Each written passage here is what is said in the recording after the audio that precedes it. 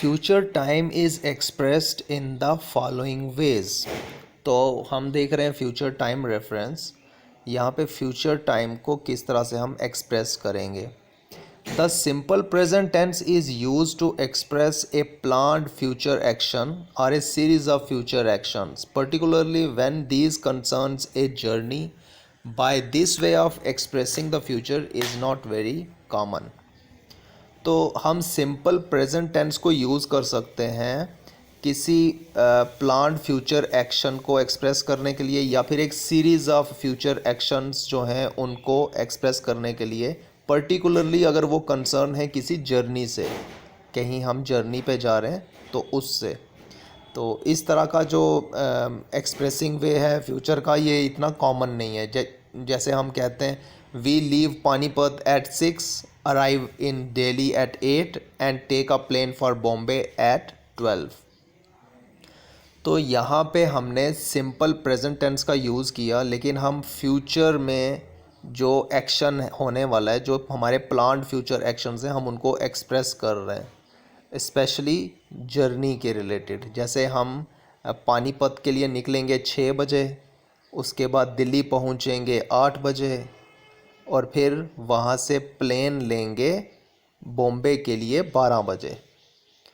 तो पूरा सेंटेंस जो है सिंपल प्रेजेंट टेंस में है, लेकिन ये एक प्लान्ड फ्यूचर एक्शन को एक्सप्रेस करने के लिए यूज़ किया गया है। इसी तरह से the present continuous tense is use to express a very definite future arrangement. Present continuous tense को यूज़ करते हैं एक डेफिनेट फ्यूचर अरेंजमेंट को एक्सप्रेस करने के लिए। Usually the time is mentioned and it is in the near future.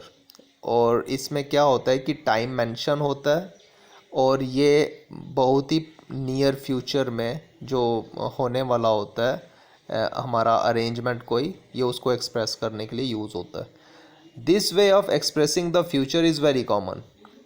और ये जो वे है फ्यूचर को एक्सप्रेस करने का, ये बहुत कॉमन है। जैसे we are living at the end of the week, हम इस हफ्ते के आखिर में जा रहे हैं।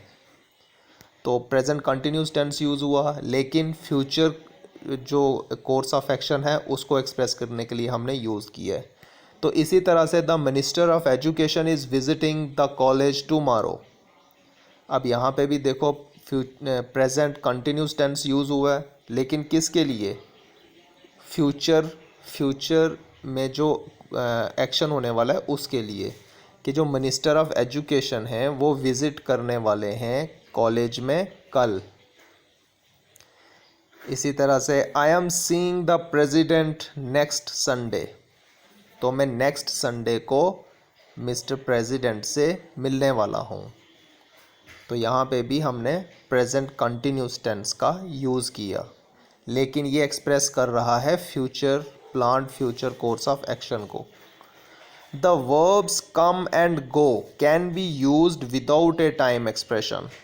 अब हम ये जो वर्ब्स हैं कम और गो, इसको बिना किसी टाइम एक्सप्रेशन के हम यूज़ कर सकते हैं। जैसे आई am going for a walk, मैं वॉक पे जा रहा हूँ। तो अब ये क्या हो गया? फ्यूचर में जो हम करने वाले हैं एक्शन, उसके बारे में बात कर रहे हैं, लेकिन यहाँ पे टाइम को एक्सप्रेस करने की ज़रूरत नहीं है। अंडरस्टूड है कि ये फ्यूचर कोर्स ऑफ एक्शन की बात हो रही है कि मैं वॉक पे जा रहा हूँ। इसी तरह से are you coming with me, क्या आप मेरे साथ आ रहे हो? यहाँ पे भी टाइम जो है उसको एक्सप्रेस करने की ज़रूरत नहीं है। तो ये भी हम प्रेजेंट कंटिन्यूस टेंस में इसे कह सकते हैं। This tense conveys no idea of intention. और यहाँ ये इस तरह का जो सेंटेंस होता है, जैसे are you coming with me, तो यहाँ पे जो है कोई इंटेंशन या आइडिया को ये कन्वे नहीं कर रहा। इट मीन्स कि आप मीन्स मैं जा रहा हूँ या नहीं जा रहा हूँ, ये अभी इंटेंशन क्लियर नहीं है। इट मीन्स आप आओगे तो हम चलेंगे, और अगर नहीं आ रहे हो तो शायद मे बी इंटेंशन नहीं हो जाने की, फिर मैं ना जाऊं। तो यहाँ पे कोई आइडिया या इंटेंशन जो है वो क्लियर नहीं है। इसी तरह से going to plus bare infinitive first form of the verb is used to express the speaker's intention or the speaker's certainty or probability about an event in the near future।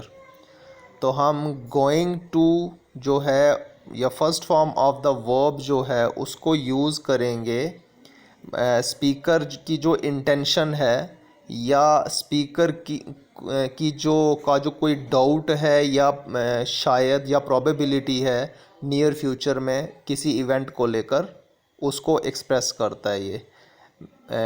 इसका ये meaning हो गया कि speaker जो है वो means उसको ऐसा लग रहा है या डाउट है या शायद कुछ होगा, तो उसके लिए हम गोइंग टू का यूज़ करते हैं और first form of the verb. The certainty probability is based upon some indication. और सर्टेनिटी और प्रोबेबिलिटी जो है ये किसी इंडिकेशन पे बेस्ड होती है। जैसे for example I am going to build a house, मैं एक घर बनाने वाला हूँ। तो यहाँ पे स्पीकर का इंटेंशन जो है वो यूज़ हो रहा है कि वो अब घर बनाने वाला है, ये उसकी इंटेंशन है कि वो घर बनाएगा। इसी तरह से it is going to rain, look at the dark clouds in the sky. तो यहाँ पे क्या है, प्रोबेबिलिटी है। यहाँ पे हो भी सकती है बारिश, नहीं भी हो सकती है। तो यहाँ पे हमने क्या यूज़ किया, going to plus first form of the verb. तो इसी तरह से there is a slump in the market, things are going to get much dearer. तो मार्केट में चीज़ों की कमी हो रही है बहुत, तो चीज़ें काफ़ी महंगी होने वाली हैं। तो मीन्स इस यहाँ पे भी क्या एक सर्टेनिटी है, प्रोबेबिलिटी है कि अगर चीज़ें कम होंगी तो उनके रेट बढ़ जाएंगे। तो यहाँ पे भी एक प्रोबेबिलिटी है। तो इस तरह से हम यूज़ कर सकते हैं going to plus first form of the verb को हम यूज़ कर सकते हैं फ्यूचर के एक्शंस को एक्सप्रेस करने के लिए, या स्पीकर की प्रोबेबिलिटी को या सर्टेनिटी को या इंटेंशन को एक्सप्रेस करने के लिए। Planned future can also be expressed by is are am to plus first form is are am about to plus first form. तो हम इन दोनों में से कुछ भी यूज़ करके प्लान्ड फ्यूचर जो है उसको एक्सप्रेस कर सकते हैं।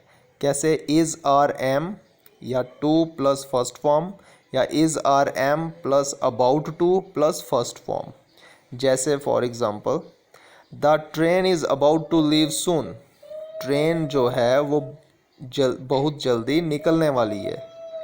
ये जो है ये एक्सप्रेस कर रहा है फ्यूचर कोर्स ऑफ एक्शन को। इसी तरह से the minister of education is to open the exhibition on Monday. तो यहाँ पे हमने क्या यूज़ किया, is to plus first form. तो मिनिस्टर ऑफ एजुकेशन जो है वो एग्जीबिशन को ओपन करने वाले हैं मंडे को। तो इस तरह से हमने प्लान्ड फ्यूचर जो है उसको हम एक्सप्रेस कर सकते हैं इस वे में। इसी तरह से future continuous tense is used to express an action which will occur in the normal course. जो नॉर्मल कोर्स में कोई फ्यूचर का जो एक्शन है उसको एक्सप्रेस करने के लिए भी हम फ्यूचर कंटिन्यूस टेंस को यूज़ कर सकते हैं। जैसे कि आई will be seeing him tomorrow, तो यहाँ पे क्या करना है, विल बी के साथ first form of the verb और ING. I will be seeing him tomorrow means मैं उसे कल मिलूँगा या मिल रहा हूँ। तो इसको हम फ्यूचर, अब ये फ्यूचर का जो कोर्स है एक्शन का, तो हम इसे एक्सप्रेस करेंगे इस वे से। जैसे he will be taking the examination in March, तो मार्च में वो एग्ज़ाम दे रहा होगा। In this respect it is less definite than the present continuous. लेकिन अब जब हम ये फ्यूचर कंटिन्यूस टेंस में बोलते हैं तो ये डेफिनेट नहीं होता। होस मीन्स इसमें ये थोड़ा सा प्रोबेबिलिटी के चांसेस रहते हैं, थोड़ी सी सर्टेन मीन्स थोड़ी सी प्रोबेबिलिटी रहती है कि जैसे आई will be seeing him tomorrow, मैं उसे कल मिल रहा हूँ। अब थोड़ा सा क्या है कि डेफिनेट नहीं है, ये डेफिनेट नहीं है कि मैं मीन्स मिलूँगा ही मिलूँगा। तो इस तरह से to express an action that will be in progress at a given time in future. तो ऐसे एक्शन को एक्सप्रेस करने के लिए जो एक गिवन टाइम फ्यूचर में हो रहा होगा, प्रोग्रेस में होगा, जैसे at this time tomorrow will be watching a film, इस टाइम पे कल हम मूवी देख रहे होंगे, फिल्म देख रहे होंगे। तो मीन्स एक टाइम जो है यहाँ पे उसको मेंशन किया गया होगा कि मीन्स इस टाइम पे कल हम फिल्म देख रहे होंगे। तो इस तरह से। और अगर हम in the negatives the future continuous tense merely states that a certain action will not take place in the normal course. और यही इसी का अगर नेगेटिव बनाना हो तो मीन्स इसका ये हो जाएगा कि एक जो है उस डेफिनेट टाइम पे वो जो है सर्टन एक्शन वो नहीं हो रहा होगा, मीन्स नॉर्मल कोर्स में जो कोई एक्शन हो रहा हो वो नहीं हो रहा होगा। जैसे कि he will not be coming to us tonight because he is going out, means normal course में तो ऐसे वो रोज़ आता था हमारे पास, लेकिन वो आज नहीं आ रहा। तो वो हमारे पास नहीं आ रहा है क्योंकि वो बाहर बाहर है, वो बाहर जा रहा है, तो वो आज हमारे पास नहीं आएगा। तो मीन्स अब ये होगा कि नॉर्मल कोर्स में वो आता था बट आज नहीं आ रहा क्योंकि वो बाहर जा रहा है। तो इस तरह के जो नेगेटिव सेंटेंसेस हैं उसमें हम इस तरह से फ्यूचर कंटिन्यूस टेंस को यूज़ कर सकते हैं, विल के साथ नॉट लगा के और आगे be plus first form of the verb ing। In the interrogative, the future continuous expresses a polite question and not a request or invitation। और interrogative में हम future continuous को यूज़ करते हैं एक्सप्रेस करने के लिए, एक polite question को एक्सप्रेस करने के लिए, ना कि किसी रिक्वेस्ट को या इनविटेशन को। ये सिर्फ एक पोलाइट क्वेश्चन एक्सप्रेस करने के लिए यूज़ होता है। जैसे will you be going to the market today, क्या तुम कल मार्केट जाओगे? तो ये एक पोलाइट क्वेश्चन है, ना कि कोई रिक्वेस्ट है या इनविटेशन है। तो इस तरह से हम फ्यूचर कंटिन्यूस टेंस को यूज़ करते हैं। Future perfect tense is use to express an action which is expected to be completed by a certain time in the future. और फ्यूचर परफेक्ट टेंस जो है इसको हम यूज़ करते हैं एक ऐसे एक्शन को एक्सप्रेस करने के लिए जो कि एक सर्टन टाइम में फ्यूचर में हमें एक्सपेक्टेशन है कि वो कंप्लीट हो जाएगा। जैसे कि by the end of this year he will have saved a lot of money, इस साल के अंत तक वो ढेर सारा पैसा सेव कर लेगा। तो अब ये है कि मीन्स एक यहाँ पे एक सर्टन टाइम बताया गया हुआ है कि साल के एंड तक, और हमें ये एक्सपेक्टेड है कि मीन्स वो बहुत सारा जो मनी है वो सेव कर लेगा। तो यहाँ पे इस तरह के जो रहते हैं सेंटेंसेस उसमें हम यूज़ कर सकते हैं फ्यूचर परफेक्ट टेंस। जैसे before you go to see him he will have left for England, तो जब तक तुम जाते हो उसे देखने वो इंग्लैंड के लिए निकल चुका होगा। तो यहाँ पे भी आप देखो, यहाँ पे भी क्या है कि एक एक्शन को एक्सप्रेस करने के लिए जो एक्सपेक्टेड है कि वो कंप्लीट हो जाएगा उस टाइम तक, उसको एक्सप्रेस करने के लिए यहाँ पे यूज़ हुआ है फ्यूचर परफेक्ट टेंस। तो यहाँ पे हमने क्या करना है, वी के साथ विल के साथ हैव लगा के आगे हमने क्या करना है, second form of the verb. तो इस तरह से हम यूज़ करेंगे फ्यूचर परफेक्ट टेंस को इस तरह के सेंटेंसेस में। इन this respect it is always used with A time expression, और इस तरह से हम यहाँ पे यूज़ करते हैं टाइम एक्सप्रेशन को। जैसे by then, by that time etcetera, means यहाँ पे इस तरह के हम सेंटेंसेस जो हैं वो यूज़ करते हैं। जैसे ऊपर लिखा हुआ है बाय द एंड, तो इस तरह से हम यूज़ कर सकते हैं by that time. To express the speaker's believe that something has taken place. अब स्पीकर के बिलीव को एक्सप्रेस करने के लिए कि कुछ हुआ है, कि कुछ तो हुआ है। जैसे you will have heard about this news, तुमने तो सुना ही होगा इस न्यूज़ के बारे में। तो यहाँ पे क्या हो गया कि स्पीकर का बिलीफ है कि कुछ हुआ है। तो इस तरह से हम यूज़ करेंगे future perfect tense. Tenses in time clauses. Time clauses are generally introduced by the following conjunctions of time: after, as soon as, before, since, till, until, when, whenever, while, etc. तो time clauses generally जो introduce होते हैं वो इन्हीं time conjunction of time के साथ use होते हैं। हम कंजक्शन ऑफ टाइम कौन कौन से यूज़ करते हैं? After, as soon as, before, since, till, until, whenever, while, etcetera. ये remember that future tense is not used in a time clause, लेकिन टाइम क्लॉज में फ्यूचर टेंस यूज़ नहीं होता।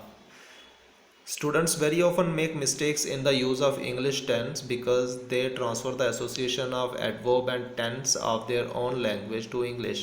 और students हमेशा यही mistake कर देते हैं कि वो क्या करते हैं, English tense को use करते हैं, क्या करते हैं वो adverb की association के साथ और tense को आपस में मिलाकर अपनी लैंग्वेज में वो इसको यूज़ कर देते हैं। The future tense in time clause becomes a present tense. जब फ्यूचर टेंस को हम टाइम क्लॉज में यूज़ कर रहे हैं तो वो क्या हो जाता है, एक वो प्रेजेंट टेंस में यूज़ होता है। फिर वो प्रेजेंट टेंस उसमें हम यूज़ करते हैं। But the future form stage in the main clause. लेकिन जो फ्यूचर फॉर्म है वो मेन क्लॉज में फ्यूचर ही रहती है। मीन्स जो मेन क्लॉज है वहाँ पे वो फ्यूचर टेंस रहेगा, बट जो उसको नेक्स्ट क्लॉज है वहाँ पे वो प्रेजेंट फॉर्म में आ जाएगा। जैसे for example you will be back soon, I will stay till then. तो ये टू क्लॉजेज हैं। अब इन टू क्लॉजेज को हमने कंबाइन करके अगर लिखना है तो हम कैसे लिखेंगे? आई will stay till you get back. तो यहाँ पे जो फर्स्ट क्लॉज था वो फ्यूचर में है, आई विल स्टे, और उसके बाद प्रेजेंट फॉर्म में टिल यू गेट बैक। तो इस तरह से हम यूज़ कर सकते हैं टाइम क्लॉजेस को। इसी तरह से सेकेंड एग्जांपल है they will have left by 1 AM, we shall move in 10। तो अब यहाँ पे भी अब हम क्या करेंगे, फर्स्ट क्लॉज को हम फ्यूचर में लाएंगे और जो सेकेंड क्लॉज होगा उसको प्रेजेंट में। जैसे we shall move in after they have left. तो यहाँ पे फ्यूचर परफेक्ट और प्रेजेंट परफेक्ट टेंस का यहाँ पे यूज़ हुआ, they have left. Note that after is generally followed by perfect tense. तो जनरली आफ्टर के बाद हमेशा परफेक्ट टेंस ही यूज़ होता है।